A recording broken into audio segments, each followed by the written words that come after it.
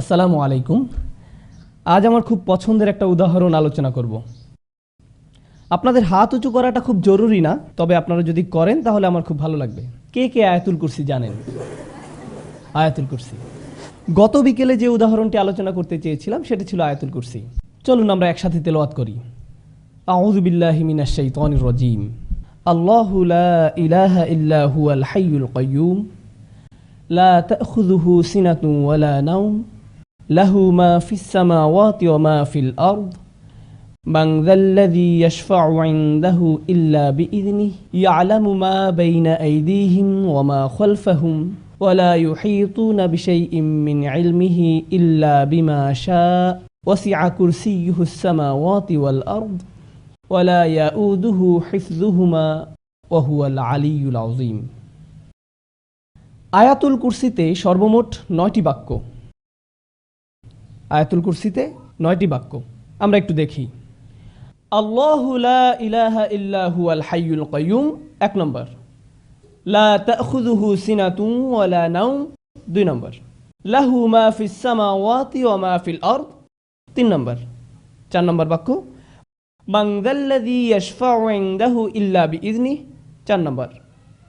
ইয়া'লামু মা বাইনা আইদিহিম ওয়া মা খালফাহুম 5 নম্বর। এরপর ওয়ালা ইউহীতুনা বিশাইইন মিন ইলমিহি ইল্লা বিমা শা'a 6 নম্বর।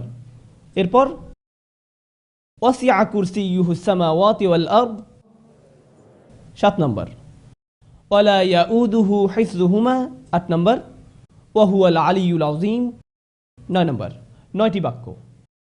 প্রথম বাক্য আল্লাহু লা ইলাহা ইল্লা হুয়াল হাইয়ুল কাইয়্যুম, একটা চমৎকার বাক্য যেটি শেষ হয়েছে আল্লাহর দুটি নাম দিয়ে।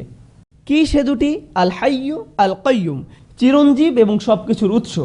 পৃথিবীর সবকিছু সৃষ্টি করেছেন এবং নিয়ন্ত্রণ করছেন তিনি। বিস্ময়কর হলো শেষ বাক্য।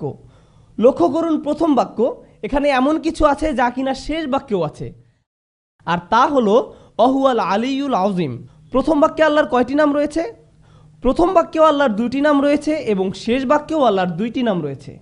আচ্ছা, দ্বিতীয় বাক্যটি কি? দ্বিতীয় বাক্যে যাওয়ার আগে সিকিউরিটি গার্ড নিয়ে একটু কথা বলি। সিকিউরিটি গার্ডের চাকরিটা খুব কঠিন। ব্রিটিশ সিকিউরিটি গার্ড দেখেছেন, অদ্ভুত টুপি পরা, মাথায় রসে ধারির মতো, খুব কঠিন। এই দায়িত্ব যদি আপনাদেরকে দেওয়া হয়, পেশায় যদি আপনি একজন সিকিউরিটি গার্ড হন, আপনার সামনে একটা সিসিটিভি আছে, তাকিয়ে থাকতে হয় ঘন্টার পর ঘন্টা, একই দৃশ্য, নড়াচড়া নেই, দেখছেন তো দেখছেনই, 12 ঘন্টা 8 ঘন্টা। এটা কি খুব মজার কাজ? আপনি যদি কিছু পাহারা দেন তাহলে কি ঘটবে? আপনি ক্লান্ত হয়ে পড়বেন, আপনার ঘুম আসবে। যেমন সিনেমা হলের গার্ডদের কথা ধরুন। আপনারা তো ধার্মিক, আপনারা অবশ্য সিনেমা দেখেন না, যদিও অনেকে দেখে। সিনেমা হলে যখন সিনেমা চলে, ভিতরে হয়তো কোনো মারপিটের দৃশ্য চলছে, বাইরে একজন সিকিউরিটি গার্ড আছেন, ভিতরে লোকেরা উপভোগ করছে, কিন্তু গার্ড ঝিমোচ্ছেন। হঠাৎ করে তিনি লাফ দিয়ে ওঠেন। এটা খুব সাধারণ দৃশ্য। সিনেমা হলের গার্ডরা, তাদের ঝিমুনি আসে। আল্লাহ তাআলা বলছেন তার নিজের সম্পর্কে, লা তাখুযুহু সিনাতুন ওয়ালা নাওম। তন্দ্রা কখন আসে? যখন আপনি ক্লান্ত, আস্তে আস্তে আপনার চোখ বুজে আসে, আপনি ঘুমাচ্ছেন না কিন্তু আপনার ঘুম পাচ্ছে, ওই যে ওনার মতো। আমি মজা করলাম, জাস্ট মজা। এই তন্দ্রা বা ঝিমুনি কি বলে? সিনা। তন্দ্রা বা ঝিমুনির পরে কি আসে? নাওম। প্রথমে আসে সিনা। সিনা হলো, ধরুন জুমার দিন আমরা মসজিদে যাই, খতিব সাহেব শুরু করেন ইন্নাল হামদুলিল্লাহ নাহমাদুহু ওয়া নুসাল্লি, এটা হলো সিনা, ঠিক আছে? এরপর যখন তিনি বলেন আইয়ুহাল ইখওয়াতুল কিরাম, এটাই হলো নাওম। এটাই হলো নাওম। এই হলো মূল পার্থক্য সিনা এবং নাওমের মধ্যে, তন্দ্রা এবং ঘুমের মধ্যে। এই হলো দ্বিতীয় বাক্য, যেখানে বলা হচ্ছে তন্দ্রা আর ঘুম আল্লাহকে স্পর্শ করে না। মানুষ ক্লান্ত হয়, তাই তার তন্দ্রা আসে এবং এক সময় সে ঘুমিয়েও পড়ে। আবার অনেক সময় আমরা বলি না না না আমি ঘুমাইনি, এমনি একটু চোখ বন্ধ করে রেখেছি, এখনই উঠে পড়ব। কিন্তু দেখতে দেখতে ঘুম, একদমই খবর নেই। ওকে, এই হলো ব্যাপার। সিনা বা তন্দ্রা নিয়ে আমার খুব ভালোই অভিজ্ঞতা আছে, কারণ পেশায় আমি একজন শিক্ষক। সুতরাং আপনিও যদি শিক্ষকতা করেন তাহলে আপনার ঘুমবিদ্যা বা ঘুম বিজ্ঞানের উপরে মোটামুটি একটা পিএইচডি হয়ে যাবে, কারণ সামনে থেকে আপনি সব ছাত্রের চেহারা দেখতে পান। মেটাল ডিটেক্টর দিয়ে মানুষের শরীর চেক করতে দেখেছেন নিশ্চয়ই, সেভাবে ছাত্রদের ব্রেনও আপনি চেক করতে পারবেন। ক্লাসের ফাঁকে ফাঁকে মাঝে মাঝে মাথাটা একটু উপর নিচ করে নিলেন। এই হলো দ্বিতীয় বাক্যের আলোচনা, ঘুম না ক্লান্তি ও ঘুম নিয়ে, তন্দ্রা এবং ঘুম সম্পর্কে। শেষ দিক থেকে দ্বিতীয় বাক্য কি? ওয়ালা ইয়াউদুহু হিফযুহুমা, আকাশ এবং জমিন পাহারা দিয়ে আল্লাহ ক্লান্ত হন না। যখন কেউ ক্লান্ত হয়ে যায় তখন তার তন্দ্রা আর ঘুম পায়। দ্বিতীয় বাক্যের সাথে শেষ দ্বিতীয় বাক্যের এই হলো চমৎকার মিল। লা তাখুযুহু সিনাতু ওয়ালা নাওম ওয়ালা ইয়াউদুহু হিফযুহুমা। আল্লাহ বলছেন লাহু মা ফিস সামাওয়াতি ওয়া মা ফিল আরদ, আসমান এবং জমিনে যা কিছু আছে সব তিনি নিয়ন্ত্রণ করেন। এই বিষয়ে কথা বলার আগে দুটি বাক্য, আল্লাহর দুটি নামের মধ্যে পার্থক্য বুঝতে হবে, মালিক এবং মালিক। আল্লাহর দুটি নাম মালিক ও মালিক, দুটি শব্দের মধ্যে পার্থক্য ধরতে পারলে আয়াতটা বুঝতে সহজ হবে, এই জন্যই বলা।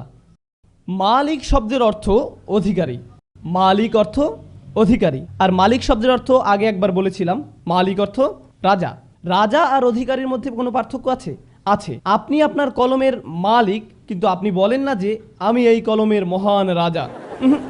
আপনি এমনটা করেন না, কারণ আপনি জানেন এটা একটি হাস্যকর কথা। বুঝতে পেরেছেন? মালিক হয় ছোট জিনিসের, আপনি হতে পারেন গাড়ির মালিক, কম্পিউটারের মালিক, মোবাইলের মালিক, কিন্তু আপনি এর রাজা নন। রাজত্ব শব্দ ব্যবহার হয় বড় কিছু বোঝাতে। এখানে আরেকটা সমস্যা, মালিকানা, মালিকানা ব্যবহার হয় সম্পত্তির ক্ষেত্রে, এর ব্যবহার সম্পত্তির ক্ষেত্রে, কিন্তু রাজত্ব এমন নয়। আপনারা জানেন রাজা একখণ্ড জমি বা একটা গাছের উপর রাজা নন, তিনি একটি ভূখণ্ডের বসবাসকারী মানুষের রাজা। রাজত্ব একটা দেশের মানুষকে নিয়ন্ত্রণ করার জন্য, আর মালিকানা ব্যবহৃত হয় সম্পদের জন্য, দুইটা ভিন্ন জিনিস। এখন আল্লাহ বলছেন লাহু মা ফিস সামাওয়াতি ওয়া মা ফিল আরদ, আকাশ জমিনে যা কিছু আছে সবকিছুর মালিক তিনি। এখানে কিসের কথা বলা হয়েছে? মালিকানার কথা। এই বাক্যটা মালিকানা সম্পর্কিত, আর মালিকানা হয় ছোট জিনিসের, তার মানে প্রত্যেকটা ক্ষুদ্র জিনিসের মালিক আল্লাহ। ওকে, শেষ দিকের 3 নম্বর বাক্যটি কি কারো মনে আছে? ওয়াসিআ কুরসিয়ুহুস সামাওয়াতি ওয়াল আরদ, তার রাজত্ব কর্তৃত্ব আসমান জমিনের সব জায়গায়। যেখানে আল্লাহ বলছেন তার রাজত্ব সম্পর্কে, তার কর্তৃত্ব সম্পর্কে, একদিক থেকে আল্লাহ সবকিছুর মালিক, আবার সবকিছুর রাজা, সবকিছুই তার নিয়ন্ত্রণে। মানুষ হয়তো শুধু কিছুর মালিক কিন্তু রাজা নয়, আবার হয়তো রাজা কিন্তু সকল কিছুর মালিক নয়। যেমন এখনো অনেক দেশে রাজতন্ত্র বা রাজা এই ব্যাপারগুলো আছে। ধরুন আপনি একটি দ্বীপের রাজা, তার মানে কি আপনি দ্বীপের সবকিছুর মালিক? না, বরং আল্লাহ সবকিছুর মালিক এবং সবকিছুর রাজা। এটাই হলো বিষয়। কোনো ব্যক্তি যদি কোনোভাবে সব সম্পত্তির মালিক হয়েও যায়, তবে সে কি রাজা? এটা কি সম্ভব? সে হয়তো সম্পত্তির মালিক, কিন্তু রাজা আরেকজন আছেন। আপনি হয়তো সব সম্পত্তির মালিক, কিন্তু আপনার উপর রাজত্ব করছেন আরেকজন। অথবা আপনার রাজত্ব আছে কিন্তু সব সম্পত্তির মালিক আপনি নন। কিন্তু আল্লাহর দুটোই আছে, আল্লাহ একই সাথে মালিক এবং মালিক। আল্লাহ তার মালিকানার কথা বলছেন এভাবে, লাহু মা ফিস সামাওয়াতি ওয়া মা ফিল আরদ, তৃতীয় বাক্য। আর তার রাজত্বের কথা বলছেন ওয়াসিআ কুরসিয়ুহুস সামাওয়াতি ওয়াল আরদ। আচ্ছা, এবার চতুর্থ বাক্য কি? পিছন থেকে পড়ে আসি। আল্লাহু লা ইলাহা ইল্লা হুয়াল হাইয়ুল কাইয়্যুম লা তাখুযুহু সিনাতুন ওয়ালা নাওম লাহু মা ফিস সামাওয়াতি ওয়া মা ফিল আরদ। এরপর মান যাল্লাযী ইয়াশফাউ ইনদাহু ইল্লা বিইযনিহি, আল্লাহ বলছেন কে আছে তার কাছে তার অনুমতি ছাড়া শাফায়াত করবে। লক্ষ্য করুন, শাফা কি? শাফা শব্দের সহজ অর্থ হলো মধ্যস্থতা। আরও সহজ করে বললে শাফা মানে কারো মাধ্যমে যোগাযোগ করা। আরও সহজ করে বললে শাফা মানে কারো মাধ্যমে সুপারিশ করা। শাফা মানে আপনি চাকরি হারাতে বসেছেন, কিন্তু আপনার চাচা বা মামা ম্যানেজার, তিনি বললেন না না না না না, সে থাক, সে ভালো, তাকে রাখা যায়, সে ভালো। এটাই হলো শাফা। কিয়ামতের দিন যখন আমরা চরম বিপদগ্রস্ত থাকবো, তখন কেউ একজন এসে বলবে, না না না না, সে থাক, সে আমার সাথে, তার জন্য সহজ করুন। আমরা চাইবো যেন আল্লাহ আমাদের জন্য রাসূল সাল্লাল্লাহু আলাইহি সাল্লামের শাফায়াত কবুল করেন, কিন্তু আল্লাহ বলছেন সেদিন তোমার জন্য সুপারিশ করতে কেউ আসবে না। তোমার চাচা, তোমার ভাই, তোমার বাবা, তোমার মা, অফিসের বস, কেউ না। কেউ বলবে না আল্লাহ সে সে ভালো, সে থাক। কেউ আসবে না, কেউ না। এখন তো এমন করার সুযোগ আছে যে তুমি আমার লোক, এই নাও ভিআইপি পাস, তুমি চলে যাও। না না না না না, সেদিন এই সুযোগ থাকবে না, কোনো ভিআইপি টিকিট থাকবে না। একমাত্র ব্যতিক্রম হলো যদি আল্লাহ কাউকে অনুমতি দেন। সুতরাং এই বাক্যে বলা হচ্ছে কারো কোনো ক্ষমতা নেই সুপারিশ করার যতক্ষণ না আল্লাহ তাকে অনুমতি দেন। কেউই সুপারিশ করতে পারবে না, কিন্তু একটু ব্যতিক্রম আছে। সেই ব্যতিক্রমটাই হচ্ছে গুরুত্বপূর্ণ। সেই ব্যতিক্রমটা হলো কি, যদি আল্লাহ অনুমতি দেন। বুঝা গেল? আচ্ছা, ওয়ালা ইউহিতুনা বিশাইইম মিন ইলমিহি, তারা কিছুই জানে না, তারা তার জ্ঞানের পরিধির কিছুই জানে না, ইল্লা ছাড়া, বিমা শা। চতুর্থ এবং ষষ্ঠ বাক্য দুটোই হলো আল্লাহর ঘোষণা এবং ব্যতিক্রম হিসাবে তার দেয়া সুযোগ সম্পর্কে। তার ঘোষণা হলো কারো সুপারিশ করার ক্ষমতা নেই, কিন্তু ব্যতিক্রম হলো যাকে আল্লাহ অনুমতি দেন। তাদের কোনো জ্ঞান নেই, কিন্তু ব্যতিক্রম হলো যাকে তিনি জ্ঞান দিতে চান সে। অন্যথায় তারা কিছুই জানে না। ওয়ালা ইউহিতুনা বিশাইইম মিন ইলমিহি ইল্লা বিমা শা। চতুর্থ আর ষষ্ঠ বাক্যের এই হলো চমৎকার মিল। প্রথম আর নবম বাক্য, দ্বিতীয় আর অষ্টম, তৃতীয় আর সপ্তম, চতুর্থ আর ষষ্ঠ। কি বাকি আছে? মধ্যের বাক্য। তিনি বলছেন ইয়ালামু মা বাইনা আইদিহিম ওয়া মা খালফাহুম। তিনি বলছেন তিনি মানুষের সামনে এবং পেছনে যা আছে সব জানেন। তিনি জানেন আয়াতের পেছনে যা ছিল এবং সামনে যা আছে। তিনি আয়াতের মাঝখানে এই বাক্যটা দিলেন আর বলছেন সামনে পেছনে যা আছে আমি জানি। কে এভাবে বলতে পারেন? কে পারেন? সুবহানাল্লাহ। এভাবেই আল্লাহ তার কথা বলেন, এভাবেই আল্লাহ তার বক্তব্য তুলে ধরেছেন। কেন আমরা বুঝতে পারি না? সমস্যাটা কোথায়? কারণ আমরা কোরআনকে একটা সাধারণ বইয়ের মতো পড়ে যাই, আমরা একটা সাধারণ লেখার মতো পড়ে যাই। আমরা গণনা করি 1 2 3 4 5 6 7 8 9। সাহাবায়ে কেরামরা কি এমনটা করেছেন? নাকি রাসূল সাল্লাল্লাহু আলাইহি সাল্লাম তাদেরকে বলেছেন লক্ষ্য করো বাক্য নম্বর 1, বাক্য নম্বর 9, 2 নম্বর আর 8 নম্বর, 3 নম্বর আর 7 নম্বর? না, কারণ তিনি শুধু কোরআন বলে গেছেন, বক্তব্যের মতো তিনি শুধু কোরআন বলে গেছেন। আজ আমরা এটা দেখতে পাই যখন সাহাবায়ে কেরামরা এটা লিখে গেছেন। কোরআন সকল বক্তব্যের চেয়ে সম্পূর্ণ নির্ভুল, এমনকি এটা বক্তব্য হওয়া সত্ত্বেও। আর কখন ভুল হওয়ার সম্ভাবনা বেশি থাকে? কিছু লিখলে না বললে। একবার কিছু লিখে ফেললে আর সেটা ফেরানোর উপায় নেই। যেমন ইউটিউবে একবার কিছু আপ করে ফেললে যা হয় আর কি। ধরুন যদি আপনি কাউকে একটা খারাপ মেইল লিখলেন, এরপর পাঠানোর আগে ভাবলেন এটা পাঠানো ঠিক হবে কি না, এরপর ঈদ মুবারক লিখে পাঠিয়ে দিলেন। একবার সেন্ড করে দিলে আর ফেরাতে পারবেন না। পাঠিয়ে দিলেন তো দিলেনই, এরপর আর পাল্টানোরও সুযোগ নেই বা ফেরানোরও কোনো সুযোগ নেই। আল্লাহ সুবহানাহু ওয়া তাআলা কোরআনকে লিখিত অবস্থায় নাজিল করেননি, তিনি এটা বক্তব্য আকারে নাজিল করেছেন।